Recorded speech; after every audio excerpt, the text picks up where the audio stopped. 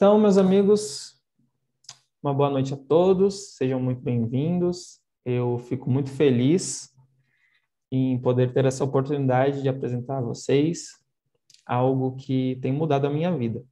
Eu tenho ficado muito feliz com tudo que eu tenho aprendido e isso me deu tanta motivação que eu não resisti e eu falei comigo mesmo que eu precisava passar isso para outras pessoas.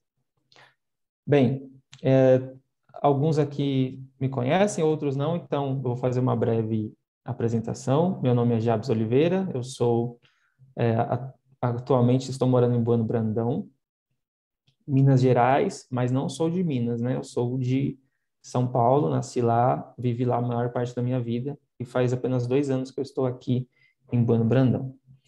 Bem, antes de iniciar a falar sobre o que é teologia fotográfica e do que se trata, e como ela pode nos ajudar no estudo da Bíblia, eu gostaria de fazer uma breve introdução, uma breve reflexão, mas que tem a ver com o que nós vamos falar hoje.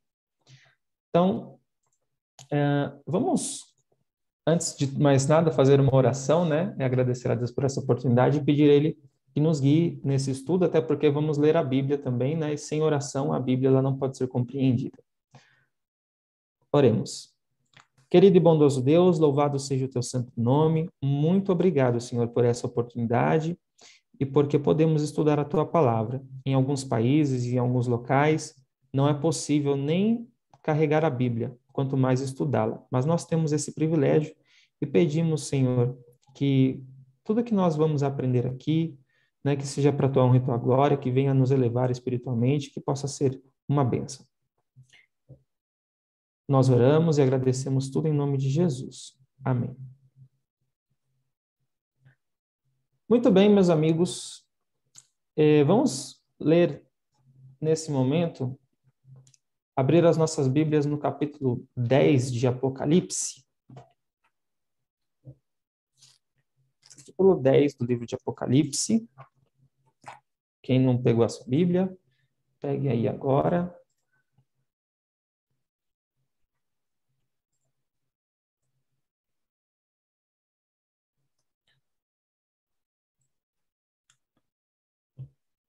Capítulo 10 do livro de Apocalipse começa assim nos versículos 1 e 2. Nós temos uma visão, né? O apóstolo João ele tem uma visão e inicia dessa maneira.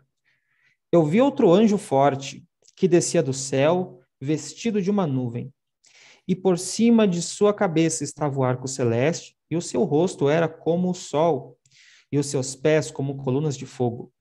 E tinha na sua mão um livrinho aberto, e pôs o seu pé direito sobre o mar e o esquerdo sobre a terra. Então João tem uma visão de um anjo forte com um livrinho na mão. Nós, como adventistas, sabemos qual é esse livrinho e qual é a importância dele, principalmente para a história do adventismo.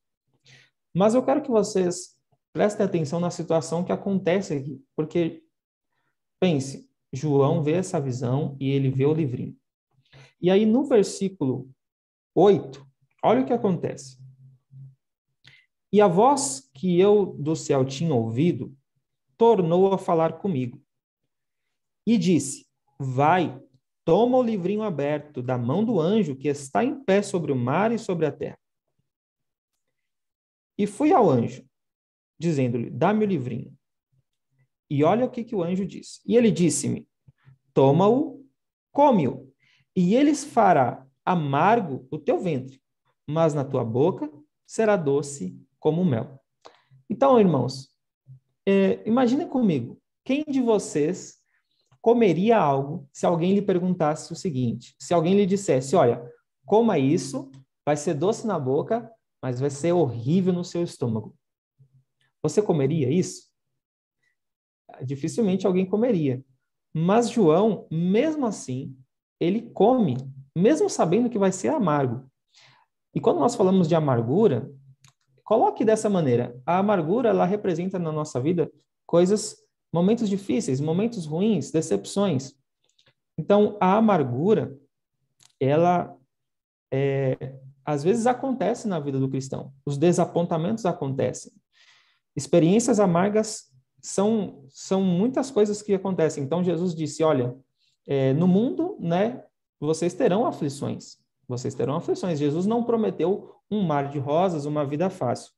Mas o que eu acho interessante é que mesmo João, sendo avisado que aquele livrinho, que nós sabemos que ele representa o livro de Daniel, ele será amargo no ventre, mas mesmo assim, João come o livro.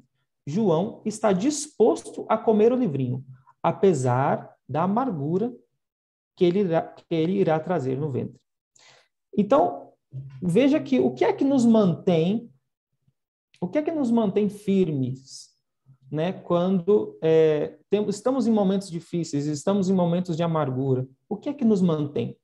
É a palavra de Deus. A palavra de Deus é o que nos mantém nos momentos difíceis, nos momentos de amargura, nos momentos de tristeza. E João está disposto. Preste atenção nisso. João está disposto a comer o livrinho, apesar da amargura.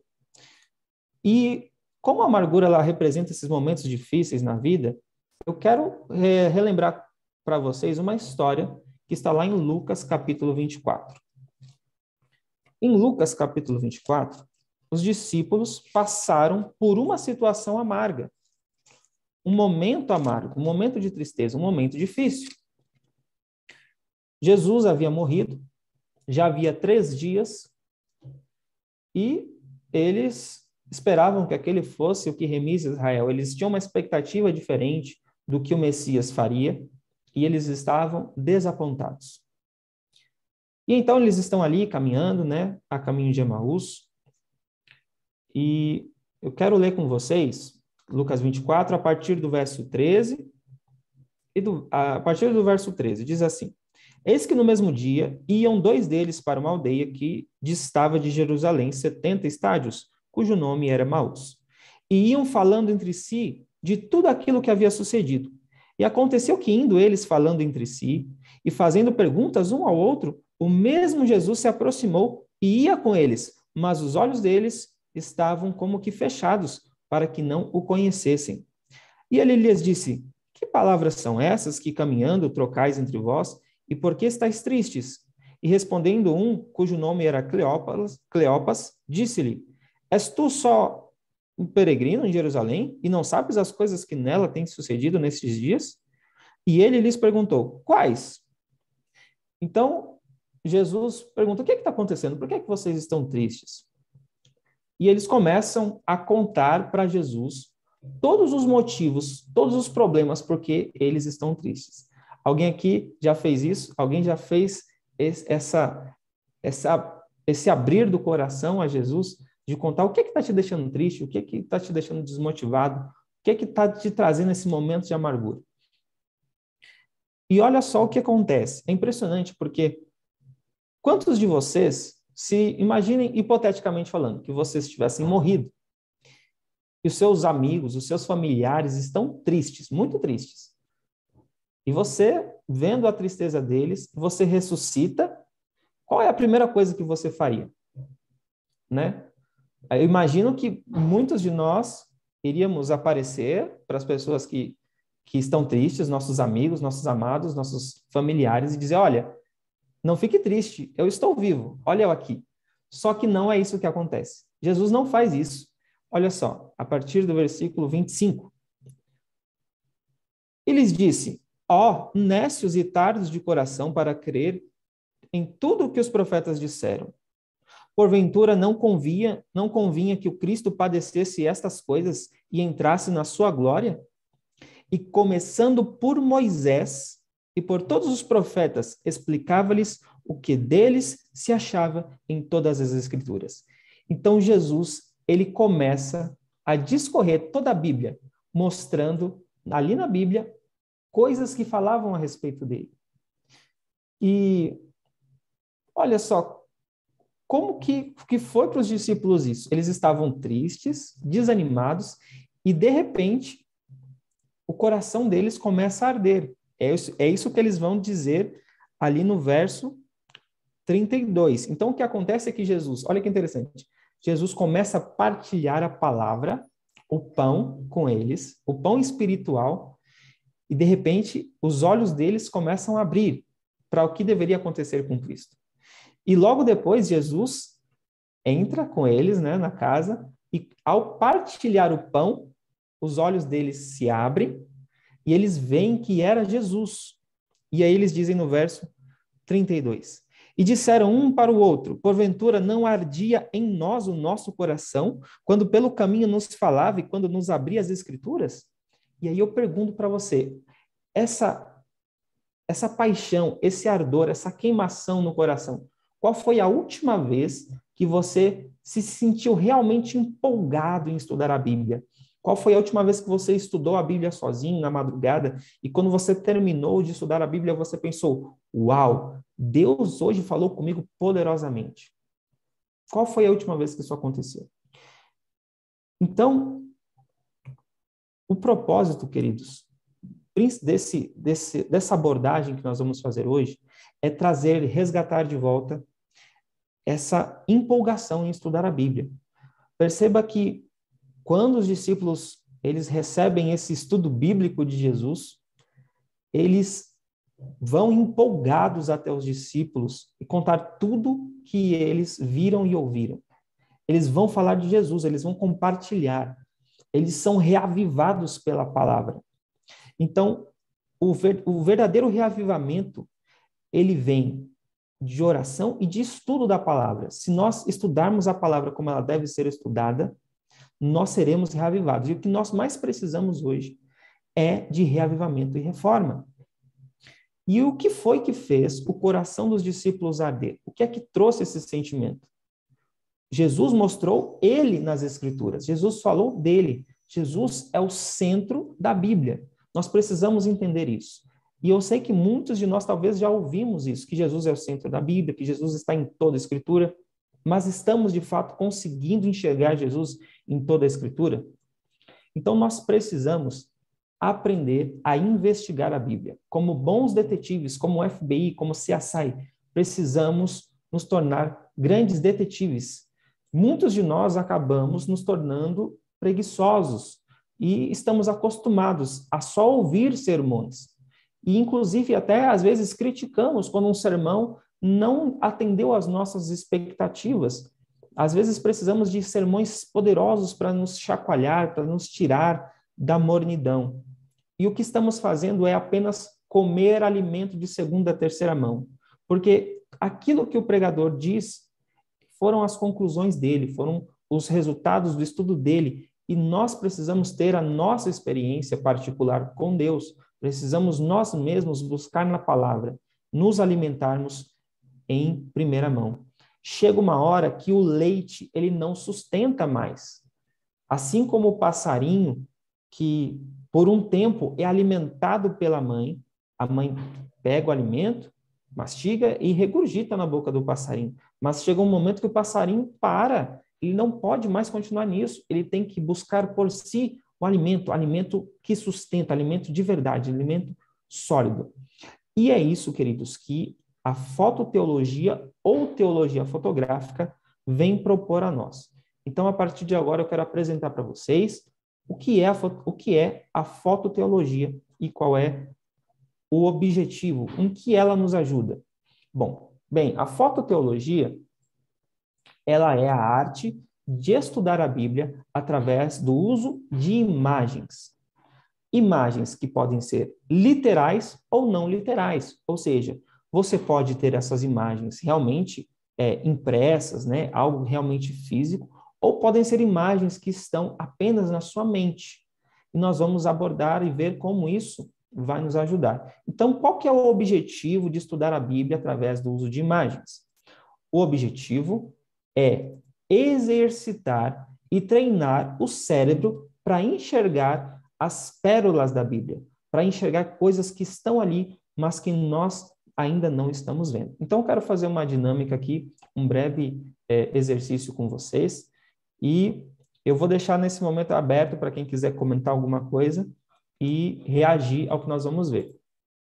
Então, alguns de vocês talvez já viram isso aqui que eu mandei para vocês, né, nos vídeos, mas talvez alguns não, e outras pessoas que vão assistir posteriormente essa gravação no canal no YouTube podem participar aí interagindo com essas imagens.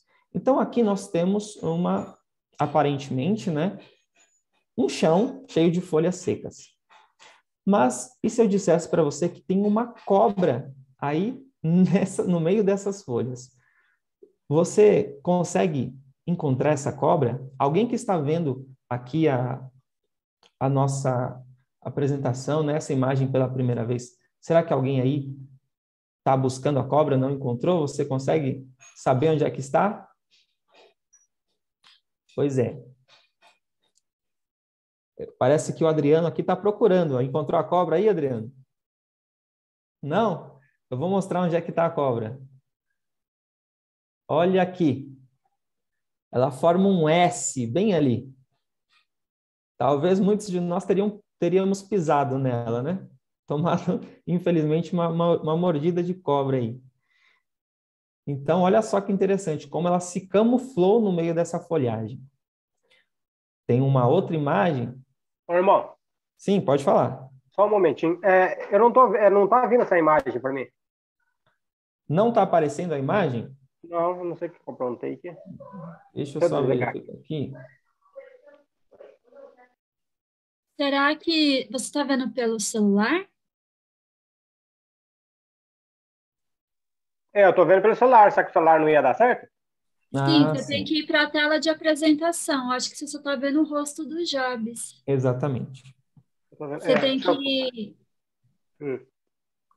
Eu acho que arrastar para a esquerda, eu não lembro agora.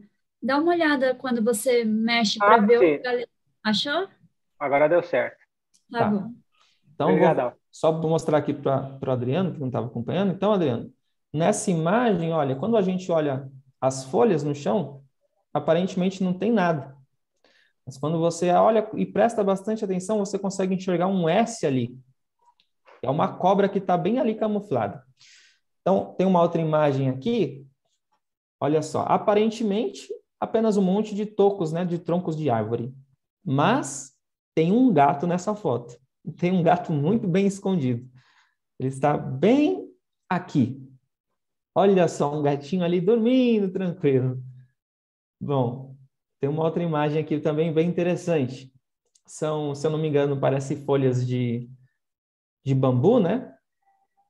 E aparentemente tudo verde, não tem nada demais ali. Mas se você prestar bastante atenção, também tem uma cobra nessa foto. Uma cobra bem disfarçada. Eu vou te mostrar que ela está bem aqui, ó. Olha a cabecinha dela ali, tem um olhinho.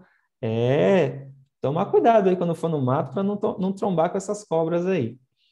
Olha essa outra foto aqui. Essa imagem mostra um pedregulho, né? Tem umas rochas aí com um aspecto colorido.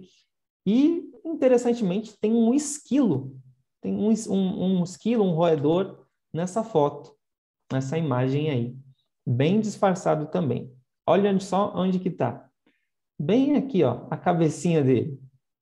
O bichinho está bem escondido, né? E olha essa outra aqui. Tem só uma árvore aí, né? A casca da árvore, a textura dela. Mas tem um sapo. Tem um sapo nessa imagem. E o sapo está bem escondidinho aqui, ó. Se você não prestar atenção, você não vai conseguir enxergar esse sapo. E mesmo depois, às vezes, para algumas pessoas que eu mostrei essa imagem, mostrando com a seta, algumas pessoas não conseguiram enxergar o sapo. Essa outra aqui eu achei bem interessante, porque essa aranha está muito bem disfarçada. Como? Tem uma aranha nessa foto? Tem. E pensa numa aranha difícil de achar. Você vai ter que ir bem de pertinho e vai ver que ela está bem camuflada no meio dessas pedrinhas, né? Essas pedrinhas como se fosse areia. Queridos, por que eu mostrei isso? Essa ilustração, ela é ótima porque ela mostra o que acontece quando lemos a Bíblia. Quando nós lemos a Bíblia, tem muitas coisas que estão lá e nós não estamos enxergando. Existe algo nas páginas da Bíblia que nós não estamos encontrando porque não estamos procurando. Entende?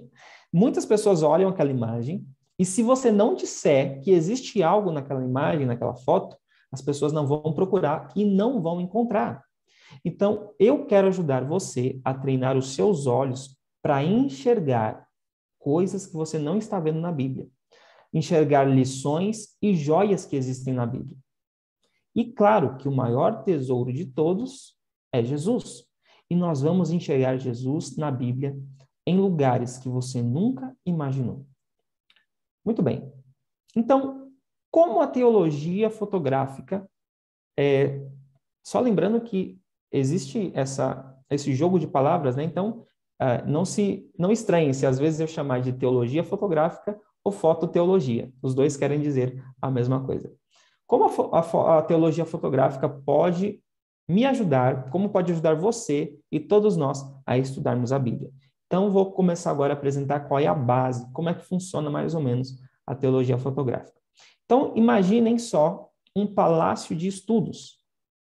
Imaginem um castelo, um palácio que ele vai tendo vários andares. E cada seção desse palácio trata de uma categoria diferente. E nesse andar tem diversos quartos ou salas, né, que representam princípios de estudo da Bíblia.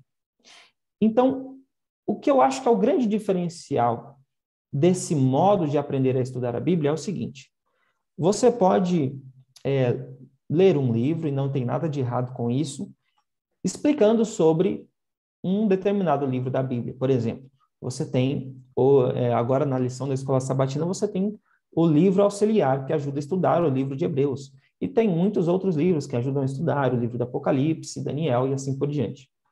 Na teologia fotográfica, a proposta não é que apenas eu fale, não é que apenas eu te mostre onde estão as coisas que nós estamos procurando na Bíblia, mas aprender a desenvolver, a treinar a sua mente e os seus olhos para estudar a Bíblia por si mesmo. Então, a proposta é que você pare de apenas pegar coisas de segunda mão, de terceira mão, que os outros já aprenderam, que os outros estudaram, tiraram conclusões, mas que você busque, no seu estudo da palavra de Deus, aquela palavra que vai te manter nos momentos de amargura.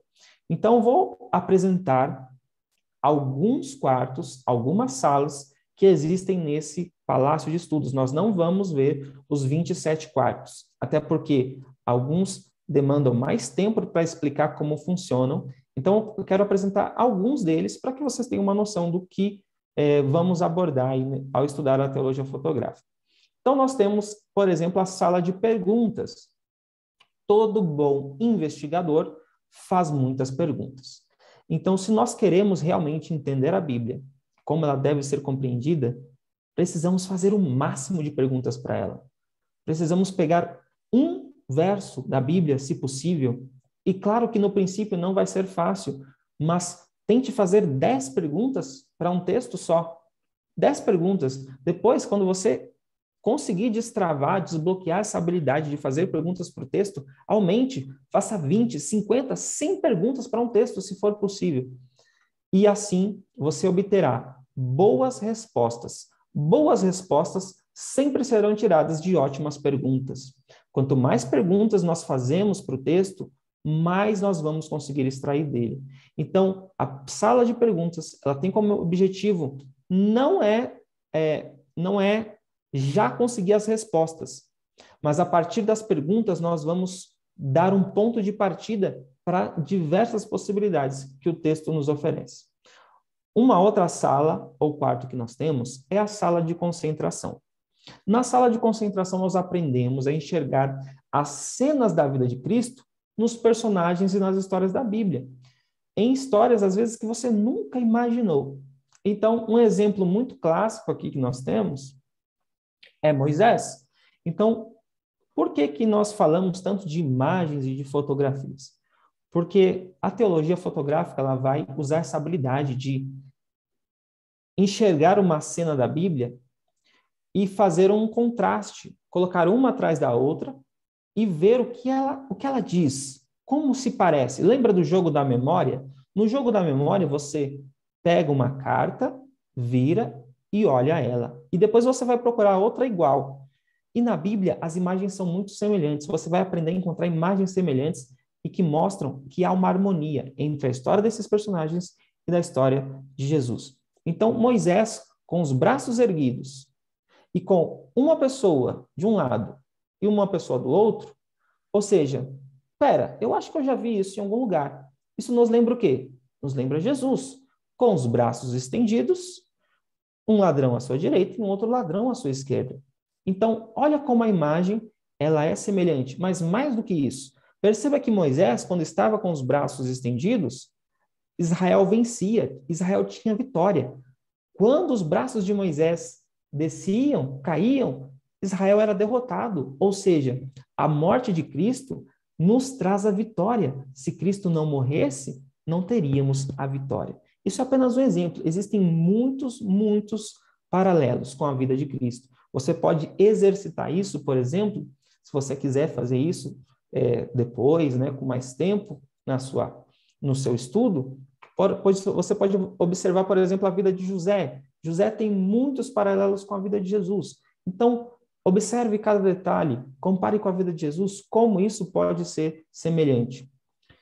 E isso vai nos ajudar em algo que eu acho muito importante. Porque, veja, a irmã White nos dá um conselho que é que nós deveríamos meditar na vida de Cristo pelo menos 1 hora por dia.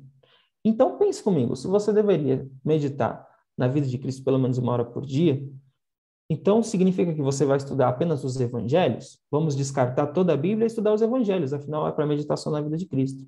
Acontece que, como eu disse, toda a Bíblia fala de Cristo. Você pode enxergar nos personagens da Bíblia a vida de Cristo, e ao mesmo tempo que você estuda a vida desses personagens, você pode meditar no caráter e na vida de Jesus. Então, isso é muito bonito. E é empolgante de estudar a Bíblia quando você encontra essas características dos personagens na vida de Jesus. Um outro quarto ou sala que nós temos, eu não encontrei um nome melhor para ela, se chama Connect 6. Né? Como a própria palavra já traz esse significado, essa conotação, é a conexão, ou seja, a Bíblia ela é um conjunto de diversos textos de autores diferentes, e esses autores nunca se encontraram. São autores diferentes, de épocas diferentes, mas todos tiveram inspiração do mesmo Espírito, do Espírito Santo. O mesmo Deus inspirou todos os autores da Bíblia. Então, toda a Bíblia, ela se harmoniza e se completa. Nesse quarto, nessa sala, nós vamos aprender como treinar a nossa mente para conectar diferentes versos que nós nunca imaginamos que teriam conexões. Então, por exemplo, esse 6, ele significa o quê? Nós vamos pegar um texto bíblico e esse texto bíblico nós vamos jogar nesse quarto. E quando nós jogarmos esse texto, nós vamos procurar na história, ou seja, nos livros históricos, alguma história que tenha uma relação com o texto que nós estamos estudando. Então, vou dar um exemplo aqui. Se você pega, por exemplo, Filipenses 2:5, pega esse texto e começa a analisar ele. Procure agora, nos livros de história, Gênesis, Êxodo, Levítico, Números, etc. Procure nesses livros uma história que tenha relação com o texto que você está estudando.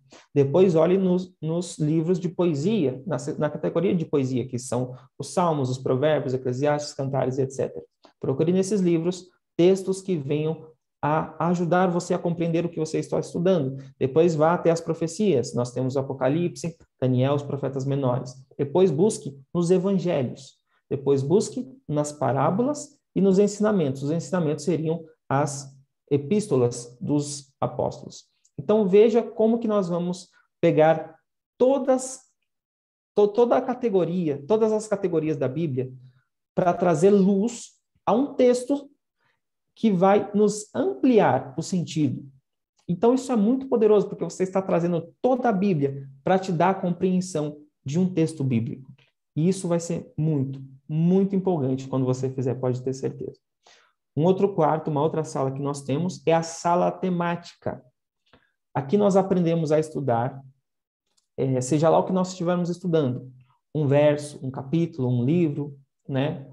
Alguma história. Nós vamos estudar o que nós estivermos estudando com um fundo que mostra como que aquilo se relaciona com diferentes temas da Bíblia. Então, nosso plano de fundo, imagine que você está num quarto fechado. E nesse quarto fechado, nós temos 6 temas. Então, seja lá o que você estiver estudando, o texto que você estiver estudando, você vai jogar esse texto no seu chão. O seu chão é o Evangelho. Aí nós temos as 4 paredes. Uma dessas paredes é a vida de Jesus. Uma outra parede são as profecias de tempo. Uma outra parede é o grande conflito. E uma outra parede é o santuário. E o seu teto é o paraíso, o céu, o que aconteceu e o que vai acontecer nele. Quando você joga o seu texto, o que você estiver estudando, nesses temas, você vai ver como eles se relacionam e como você vai ter uma maior compreensão desse texto, desse capítulo, ou seja lá o que você estiver estudando. Então, veja como isso é poderoso. Então, em cada um desses temas, você quer ter uma ótima compreensão, por exemplo, sobre o santuário, para que quando você estude o seu texto, à luz do santuário, esse texto você encontre uma relação, uma conexão. E você não tenha dúvida de que qualquer texto que você pegar, você vai conseguir encontrar uma relação com todos esses temas. Eu vou dar um exemplo prático para vocês entenderem o que eu quero dizer com isso.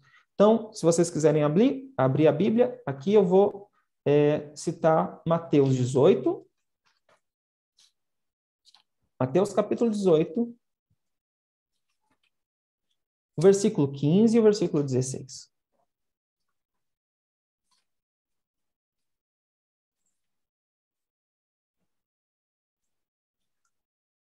Mateus 18, vamos lá? Todo mundo encontrou? Verso 15 e verso 16. Diz assim: Ora, se teu irmão pecar contra ti, vai e repreende-o entre ti e ele só. Se te ouvir, ganhaste o teu irmão. Mas se não te ouvir, leva ainda contigo 1 ou 2 testemunhas. Leva contigo 1 ou 2, para que pela boca de 2 ou 3 testemunhas toda a palavra seja confirmada. E se não as escutar, dize-o à igreja. E se também não a escutar, a igreja considera-o como gentil e publicano. Quem disse isso? Quem foi que disse essas palavras? Foi Jesus. Agora veja como Jesus, ele segue o seu próprio conselho. Como assim? Quando você joga esse texto no plano de fundo, olha só, das profecias de tempo. Como assim? O que esse texto tem a ver com as profecias de tempo? Que são 70 semanas, né? 490 anos, 1.260 dias e os 2.300 tardes e manhãs. O que esse texto tem a ver com profecias de tempo? Perceba como Jesus segue o seu próprio conselho. Jesus tem um problema com o ser humano, o pecado. Jesus tem algo a resolver com o ser humano. E o que ele faz? 70 semanas. Ele vem à Terra e ele vai tratar com o ser humano diretamente. Ele vai tratar, ele vai mostrar, ele vai repreender. E como é que Jesus foi tratado? Ele foi rejeitado? Ele foi rejeitado. Então, ora, se teu irmão pecar contra ti, vai e repreende-o entre ti e ele só. Se te ouvir, ganhaste o seu irmão, mas se não te ouvir, leva ainda com você 1 ou 2 testemunhas. Opa, peraí. Então, depois das 70 semanas, depois dos 490 anos, Jesus é rejeitado, esse problema não é resolvido. O que ele faz? Nos 1.260 anos, nós temos as 2 testemunhas. E o que acontece com as 2 testemunhas? O Velho e o Novo Testamento. Nós lemos lá no Apocalipse. As 2 testemunhas foram o quê? Foram mortas. Então, nos 1.260 anos, as duas testemunhas foram massacradas, foram também rejeitadas. E então Jesus faz o quê? Foi diretamente, não conseguiu. Levou 2 testemunhas, também não deu certo. O que diz o verso 17? Se não escutar, dize-o à igreja. Agora, olha só. O que acontece depois das 2.300 tardes e manhãs? Qual é o movimento que é levantado? Para repreender o mundo, para repreender o ser humano, para tentar trazer à tona, para tentar reconciliar Deus e o ser humano. A igreja de Deus é levantada. Mas, Se não ouvir depois disso, é considerado o quê? Gentil ou publicano. Então, a humanidade está nas suas últimas chances, na sua última chamada ao arrependimento. Isso você só consegue ver se você estudar o verso à luz das profecias, com o plano de fundo das profecias.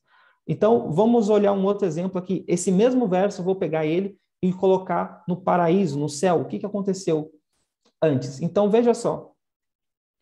Quando Lúcifer começa a se rebelar, Deus faz o quê? Primeiro, Deus chama Lúcifer para conversar. Não é isso mesmo? Não é assim que foi? Depois, Deus apresenta o problema aos anjos. Percebe? E depois, quando você vê que não teve mais jeito, Lúcifer ele rejeitou todas as oportunidades. Então, é como se, para Lúcifer, Jesus tivesse conversado com ele pessoalmente para tentar trazê-lo de volta. Depois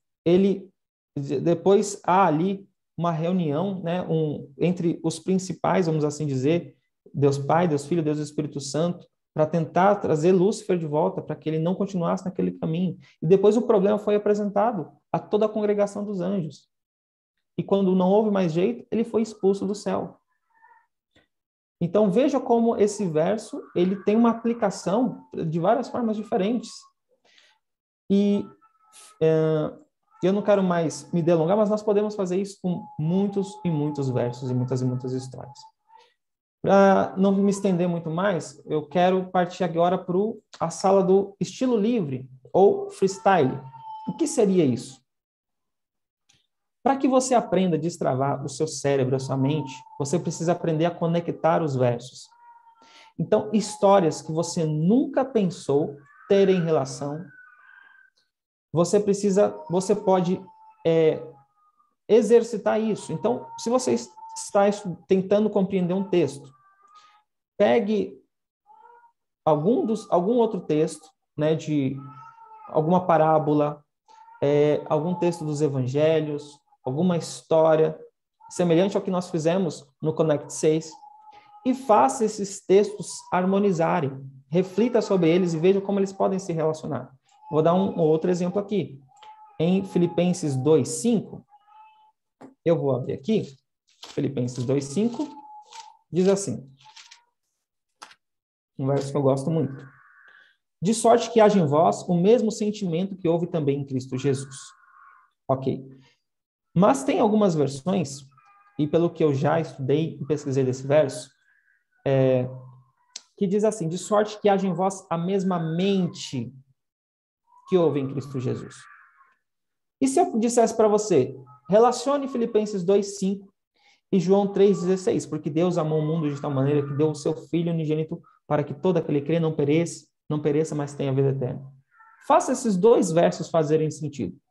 Então, bem, Deus deu o seu Filho, o seu único Filho. Jesus deu a sua vida para que a mente dele pudesse se tornar a minha mente. Somente porque Cristo se doou e deu a sua vida é que eu posso ter a mente de Cristo. E através da sua vida, morte e ressurreição, eu posso passar a ter a vida dele, porque a vida dele foi a mente dele. Então, olha como você pode fazer dois versos diferentes fazerem total sentido. Então, você precisa testar a sua capacidade de conectar os textos. E existe uma outra forma de fazer isso, e eu gosto muito, muito desse outro, esse nicho, né? É porque o freestyle ele é dividido em segmentos diferentes também. Você pode aprender lições objetivas de forma prática com atividades cotidianas. Então, ao estar trabalhando, se exercitando, fazendo qualquer coisa, você pode fazer um freestyle. Como assim?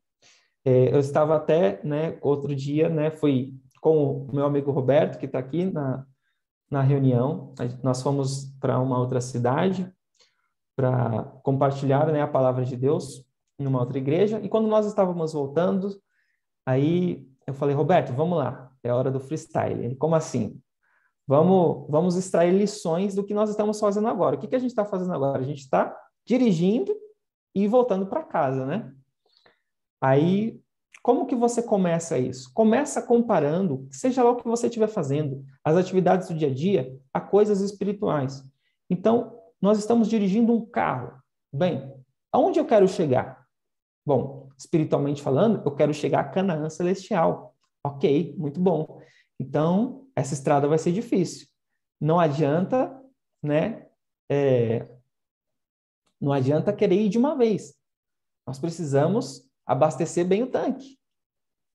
Aí, eu lembro que o Roberto, né, ele tinha comentado comigo que o óleo, né, tava baixo e ele teve que trocar. Aí eu falei, Roberto, o óleo é o Espírito Santo. Sem o Espírito Santo, a gente não chega a lugar nenhum. O tanque tem que estar, o local do óleo tem que estar cheio. A gente precisa do Espírito Santo. Aí o Roberto virou para mim e falou assim, de noite o farol tem que estar ligado. Lâmpada para os meus pés é a tua palavra. A palavra de Deus ilumina o caminho. Então, isso são exemplos de como você pode comparar atividades cotidianas do seu dia a dia à palavra de Deus. Então, vamos dar um exemplo aqui, um outro exemplo. Corrida. Alguém aqui gosta de correr, de se exercitar? Tem feito isso? Então, eu pergunto para você, como você pode comparar a sua corrida a coisas espirituais? Já pensou nisso? Para correr, você pode correr de qualquer jeito? Você tem que fazer um preparo. Você tem que se alongar, você tem que se hidratar. Opa, se você tem que se hidratar, então a água, bom, Jesus é a água da vida. Então, olha só, como que você pode ir relacionando as coisas de Deus, as atividades do seu dia a dia e aprendendo lições objetivas. E isso é muito, muito importante, porque se você aprender a fazer isso todos os dias, você vai estar meditando na palavra de Deus 24 horas por dia. Você vai estar pensando no Evangelho a todo momento. Todo momento você vai estar aprendendo da Bíblia. E essas lições que você aprende, você pode estar cozinhando, pode estar na academia, qualquer coisa que você esteja fazendo, trabalhando. Ao fazer isso, você está trazendo lições práticas para a sua vida. E você vai poder compartilhar isso na sua igreja, porque isso é muito poderoso. Quantas ilustrações nós podemos extrair daquilo que nós fazemos todos os dias? Então, esse é o papel do estilo livre. Treinar nossa mente para pensar nas coisas de Deus. Nós temos também a sala do tempo. O que é a sala do tempo? A sala do tempo, ela nos mostra 6 fusos horários. Então, nós temos o passado, o presente e o futuro da Terra e o passado, presente e futuro do céu. Um exemplo. Filipenses 2:5, né? Eu vou já pegar esse que já está na nossa mente. De sorte que haja em vós a mesma mente que houve em Cristo Jesus. Opa, então vamos pensar no passado, o céu no passado.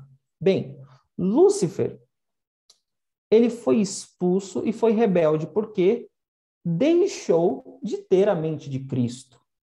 Olha só, como isso é profundo. No futuro, agora vamos pensar no futuro aqui na Terra. No futuro, somente serão selados aqueles que têm a mente de Cristo. Então, por isso, deixe que haja em vós a mesma mente que houve em Cristo Jesus. Então, você pode analisar algum texto, alguma história, algum personagem da Bíblia à luz dos 6 fusos horários. Como ele se relaciona com o passado, o presente e o futuro na Terra, e o passado, o presente e o futuro no céu. Isso vai ampliar muito a sua compreensão do texto também. Nós temos a sala do santuário. Essa é uma das minhas preferidas. Você pode estudar qualquer história à luz do santuário. Então, o santuário ele tem princípios. Cada móvel tem o seu princípio. Então, por exemplo, você pode, e eu já fiz isso em uma igreja, mostrar como ter um casamento melhor ou como evoluir no seu casamento com o santuário. Já pensou nisso? Por quê? O santuário nada mais é do que Deus tentando conectar o ser humano a ele, para que 2 se tornem 1. Então, o caminho do santuário mostra como é como é que vai haver essa união. E essa união tem que ser perfeita, a união entre Cristo e a sua igreja. Então, se o santuário nos mostra como podemos ter um casamento perfeito entre Cristo e a igreja, por que o santuário também não pode nos mostrar como podemos ter um casamento melhor com as nossas esposas, né? Ou, no caso, as mulheres, os nossos maridos, os maridos. Então, veja como que nós podemos, estudando o santuário, mostrar coisas muito, muito interessantes. É possível, com o santuário, aprender, por exemplo, sobre administração financeira. O santuário vai nos mostrar coisas muito, muito interessantes. Uma outra sala que nós temos, um outro quarto, é a sala das 5 dimensões. Nessa sala nós aprendemos a enxergar o texto bíblico de uma perspectiva diferente, né? De forma que vamos também ampliar o significado do texto. Então, nós temos 5 dimensões. A dimensão literal, que é a que o texto realmente quer dizer. Nós temos a dimensão de Cristo, como aquele texto se relaciona com a vida de Cristo. A dimensão do eu, como esse texto se relaciona comigo. A dimensão da igreja, como esse texto se aplica à igreja. E a dimensão do céu, como esse texto se aplica ao céu, aos eventos futuros, né? Então, a maioria das pessoas, elas leem apenas 2 dimensões. A dimensão literal e, como que eu vou aplicar isso para a minha vida? Elas param por aí e deixam de aproveitar muito de um texto bíblico. Então, agora nós vamos ver que nós podemos dimensionar qualquer coisa que nós quisermos. Nós podemos dimensionar textos, capítulos, histórias, parábolas. Eu vou citar alguns exemplos rápidos. O maná, para vocês entenderem o que eu quero dizer. O que é o maná, literalmente falando? Vocês podem participar agora comigo se quiserem. O que é o maná?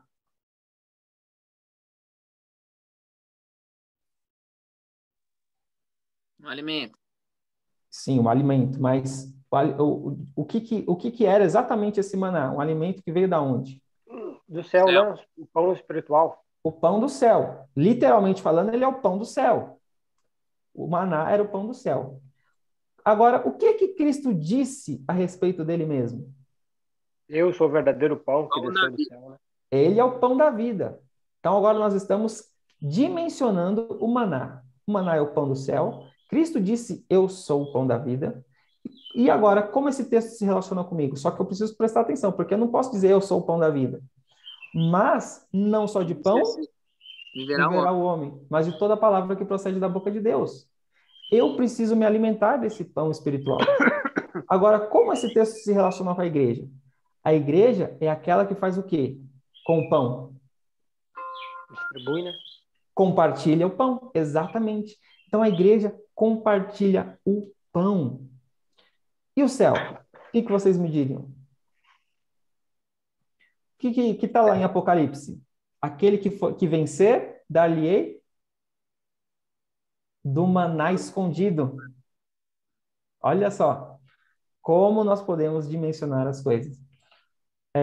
Uma outra coisa que também que é muito fácil de dimensionar é o santuário. Veja só o santuário. Nós temos o santuário literal, que foi o tabernáculo de Moisés, né, o que Moisés levantou por ordem de Deus.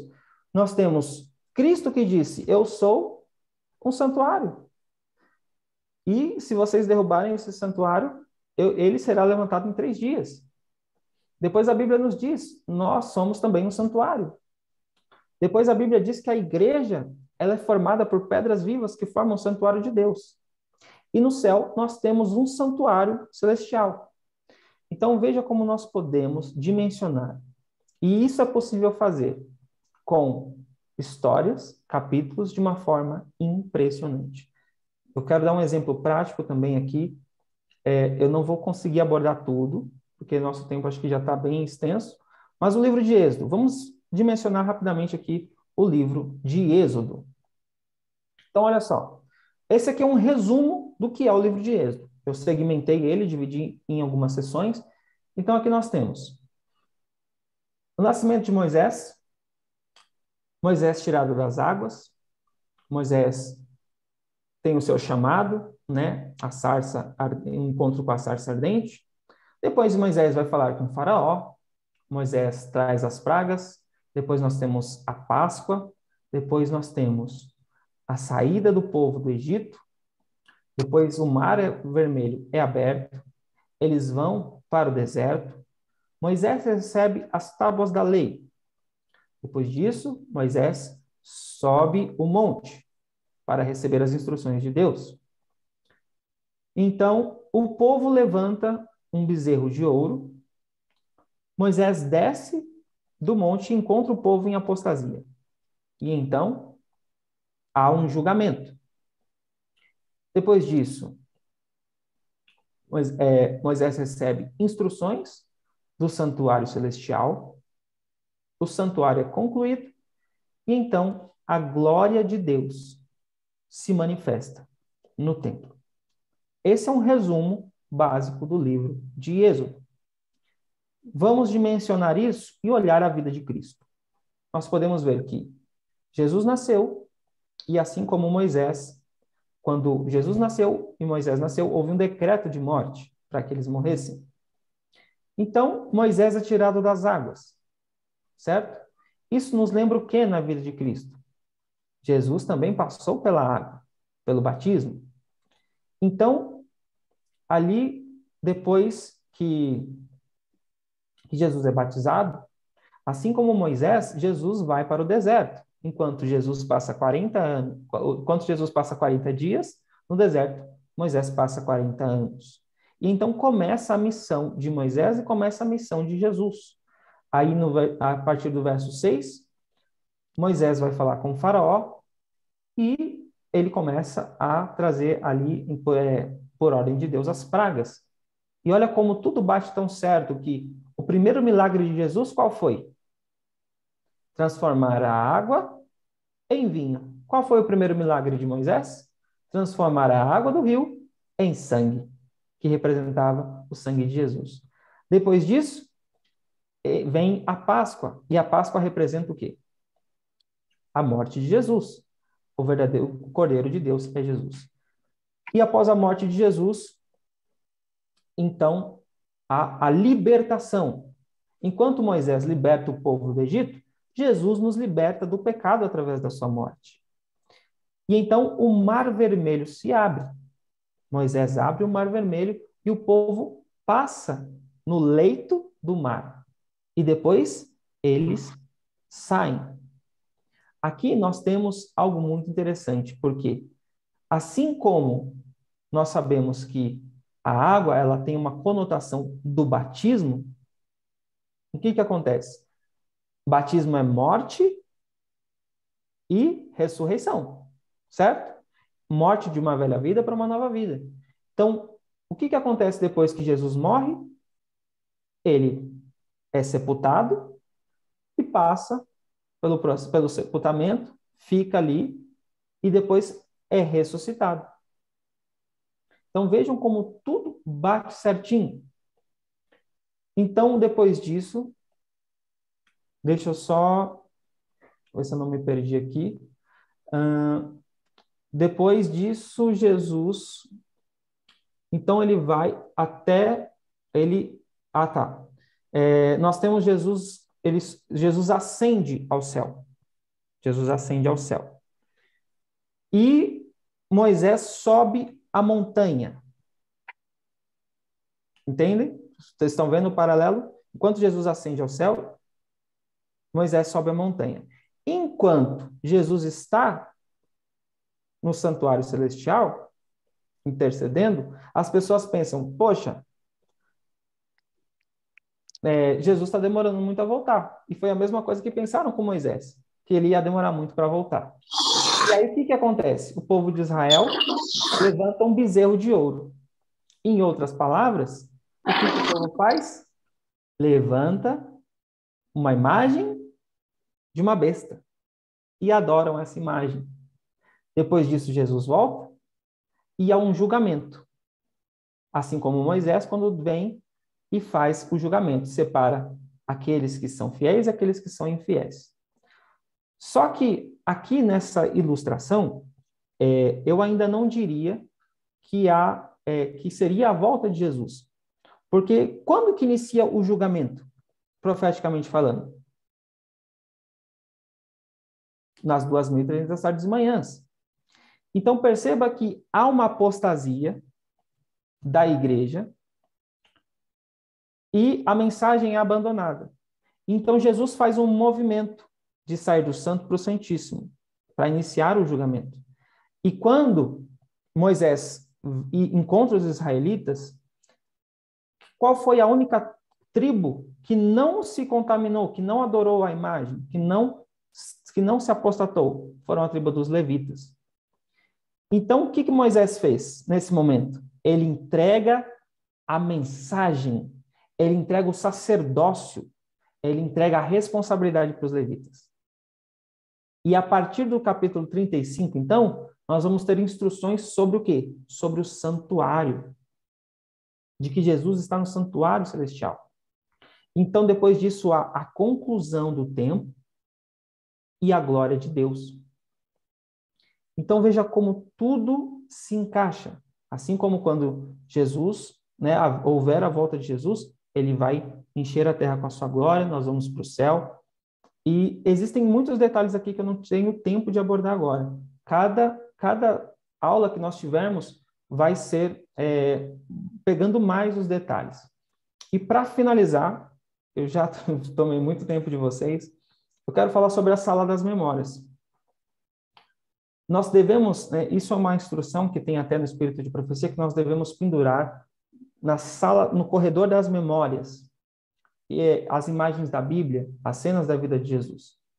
Então, se algum de vocês me dissesse o seguinte: olha, eu tenho dificuldade de memorizar a Bíblia, eu tenho dificuldade de conseguir lembrar onde é que está tal texto, onde é que está tal história.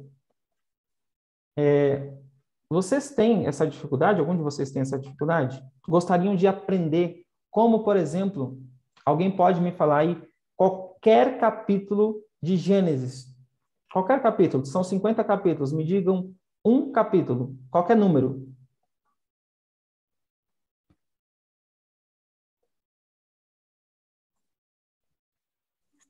Três. O capítulo 3 fala sobre a queda de Adão, a tentação de Adão e Eva e a queda de Adão e Eva. Algum outro capítulo? 8. Capítulo 8 fala sobre quando as águas do dilúvio baixaram. E aqui eu não estou vendo nenhuma cola. Eu só sei isso porque, assim como a minha amiga Karine, que está aqui na transmissão, e eu posso perguntar para ela porque ela também tem estudado comigo esse método. Karine, do que fala para mim? Fala para mim do que fala o capítulo 10 de Gênesis. Liga o microfone, senão não dá para te escutar. Liga o microfone. É sobre a genealogia de Noé. Muito bem, muito bem. Que tal o capítulo 19? Peraí. Ainda está treinando. É porque faz pouco tempo que eu comecei.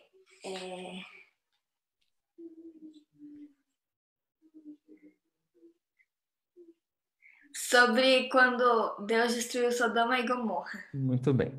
Então, meus queridos, vocês ficariam felizes se pudessem lembrar do que fala o tema de cada capítulo da Bíblia, ou pelo menos dos livros principais? Vocês já ficariam felizes? Eu digo, isso é possível, muito possível. Aqui eu tenho comigo alguns materiais auxiliares, que eu tenho feito para isso. Então, como é que nós fazemos isso? As imagens, como eu falei, teologia fotográfica também tem a ver com imagens literais. Então, você pode, por exemplo, criar na sua mente, ou passar isso para o papel, para memorizar do que falam os capítulos da Bíblia. Eu vou dar um exemplo. Aqui eu tenho, veja, se vocês, acho que, não sei se está ao contrário, mas aqui eu tenho 2 homens fazendo um acordo, e na malinha deles tem o número 15, que simboliza o capítulo 15. Cada número é um capítulo da Bíblia. Então, que capítulo vocês lembram que teve um acordo? Era sobre o quê? Um acordo entre quem? Que teve no capítulo 15? O acordo entre Deus e Abraão. Muito bom. Então, olha só esse outro aqui. Esse aqui eu tenho 2 homens se separando, cada um para uma direção, e de uma forma interessante, conseguimos fazer com que um deles parecesse o número 1 e o outro o número 13, ou seja, o capítulo número 13 fala de quê? A separação de 2 homens. Abraão e Ló. Muito bom. Então, eu tenho aqui diversas imagens que me ajudam com o tempo, fazendo 10 minutinhos por dia, olhando essas imagens aqui, eu consigo memorizar o tema de cada capítulo da Bíblia. Então, quando eu quero estudar um tema, se eu estou estudando algo, e eu quero saber sobre isso no capítulo tal. Eu lembrei que a história está aqui. Então, olha como isso é poderoso. Você pegar qualquer capítulo da Bíblia e saber o assunto dele. Isso, e assim, sem pensar 2 vezes. Então, isso é possível. Então, você pode trazer isso para a sua vida. Trazer significado real. Colocar a palavra de Deus na sua mente. Essa é a proposta da fototeologia. Desbloquear a sua mente para entender a Bíblia. Desbloquear ela. E com isso, para finalizar, eu quero dizer o seguinte. Amigos, nós precisamos voltar a ter alegria, empolgação em estudar a Bíblia. Não pode ser só um livro em que nós abrimos por rotina. A Bíblia precisa ser algo que traz aquela energia vital de verdade, sabe? De você... Não sei quantos de vocês já tem o costume de tomar café da manhã e quando não toma, parece ter um vazio no estômago. É horrível ficar até a hora do almoço sem tomar café da manhã. A Bíblia para nós teria que ser da mesma maneira. Se você deixar de ler a Bíblia ou deixar de ter uma boa refeição de manhã, porque às vezes você pode até comer mais ou menos na manhã, mas se não foi gostoso, se não teve graça, não é a mesma coisa. Então, a Bíblia precisa ser estudada dessa maneira, que nós venhamos a ter um verdadeiro amor por esse livro que pessoas deram a vida, por esse livro que Deus fez com que chegasse até nós hoje. Então, essa é uma aula demonstrativa que eu quis mostrar para vocês, mais ou menos, um pouquinho, porque ainda faltam muitos quartos, mas a proposta é que, juntos, cerca de 1 ou 2 aulas por semana, nós vamos estudando juntos e aprendendo juntos, porque acredite, mesmo que eu venha a ser aquele que vai guiar vocês nessa caminhada, mas o bonito de tudo isso é que quando nós estudarmos juntos, baseado nesses princípios, vocês, com o tempo, podem enxergar coisas que eu não enxergo. E o meu irmão do lado também pode enxergar, me dar uma outra visão que nenhum de nós vimos. Então, é muito, muito legal. Muito, muito interessante. E eu deixo agora esse espaço para, se vocês tiverem alguma dúvida, alguma pergunta, e eu agradeço a todos que permaneceram até aqui. Muito, muito obrigado mesmo. Eu espero que vocês tenham gostado. Se tiver alguma dúvida aí, né, sobre como é que vai funcionar, já adiantando que, como eu disse, o plano é esse. Fazer uma aula por semana, por cerca de 1 hora. Certo.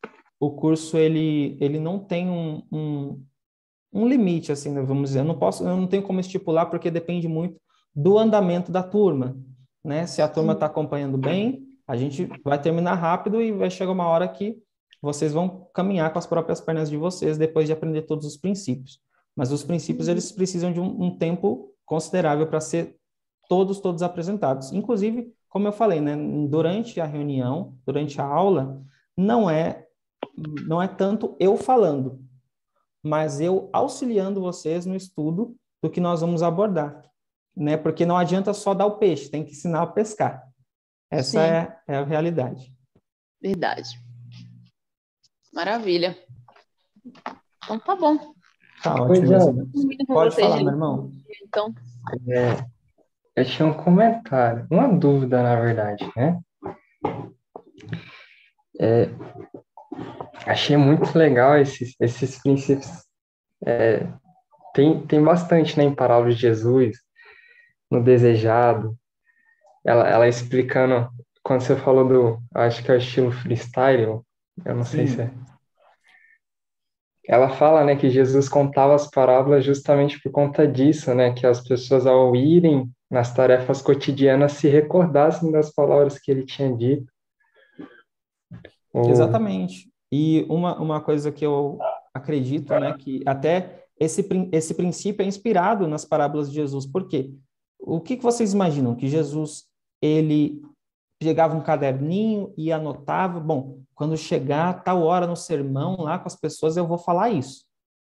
Ou vocês acham que quando ele estava, e eu gosto muito disso, porque quando Jesus conta, por exemplo, as parábolas das 10 virgens, como foi?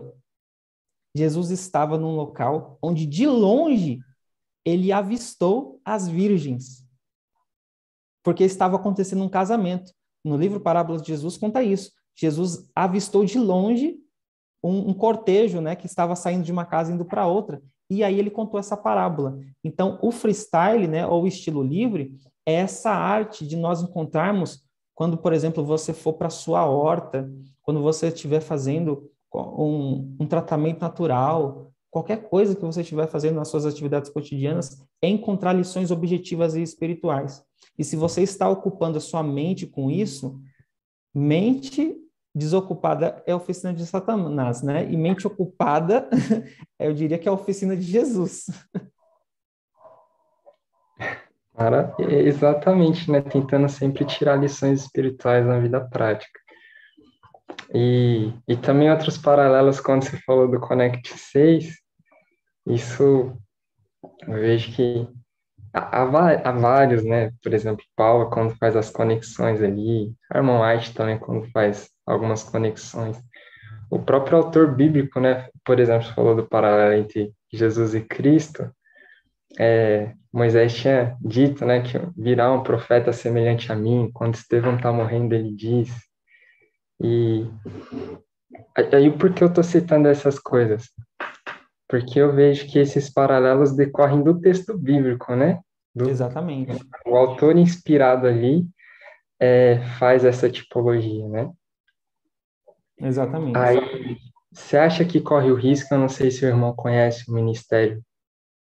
Tem um ministério chamado Ministério Livrinho.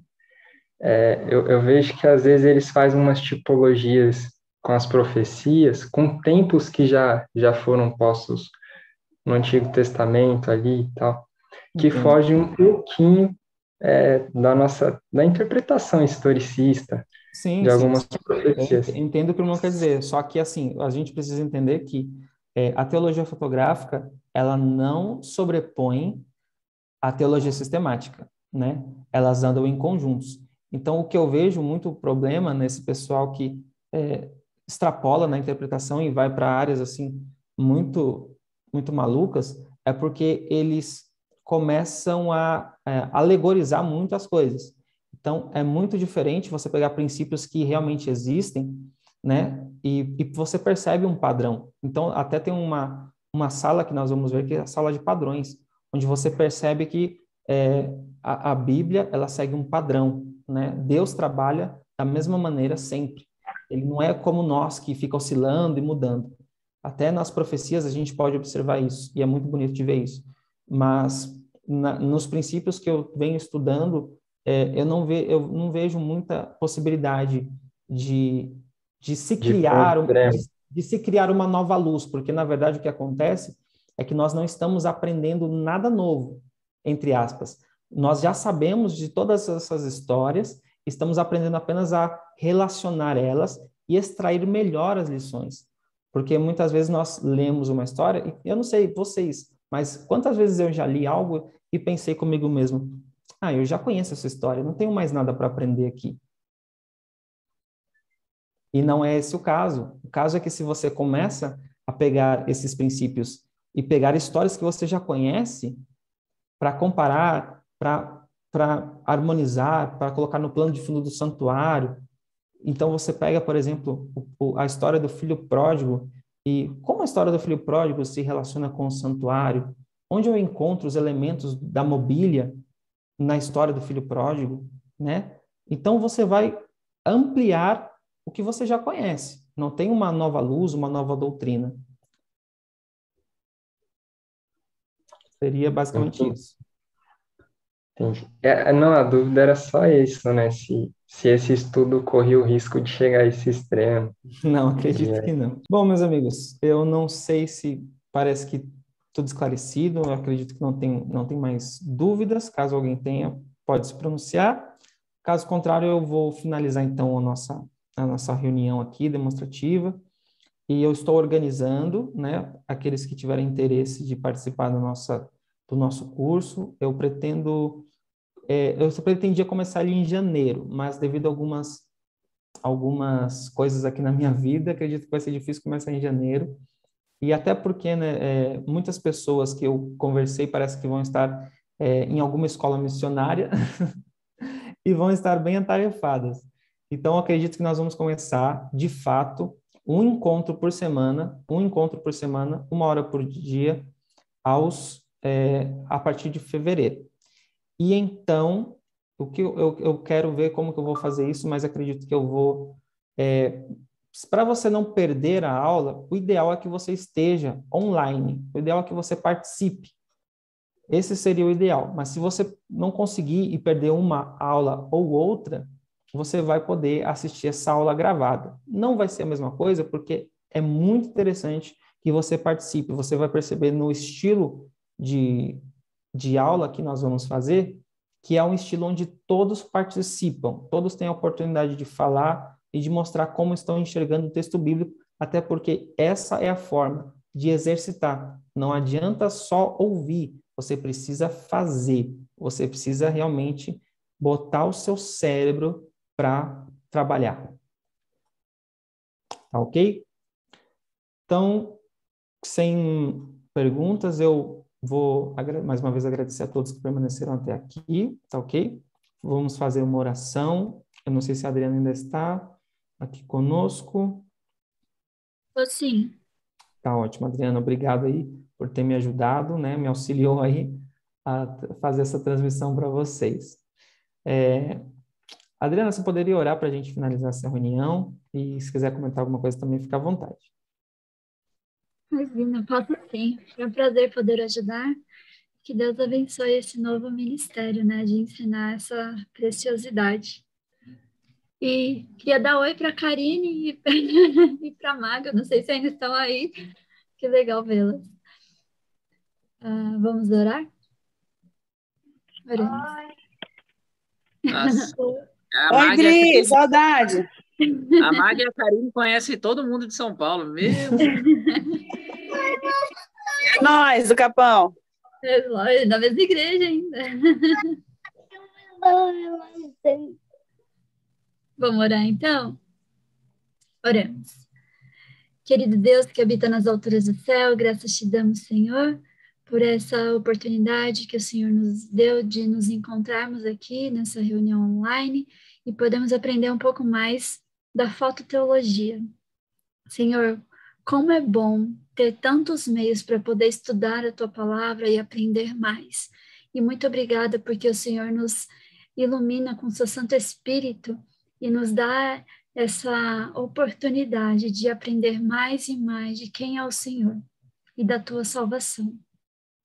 Quero entregar aqui cada pessoa que está aqui presente em suas mãos, pedir bênção sobre a vida delas e das suas famílias, pedir que o Senhor ilumine e guie sempre o Jabes nos seus projetos e nesse em especial que ele está direcionando agora.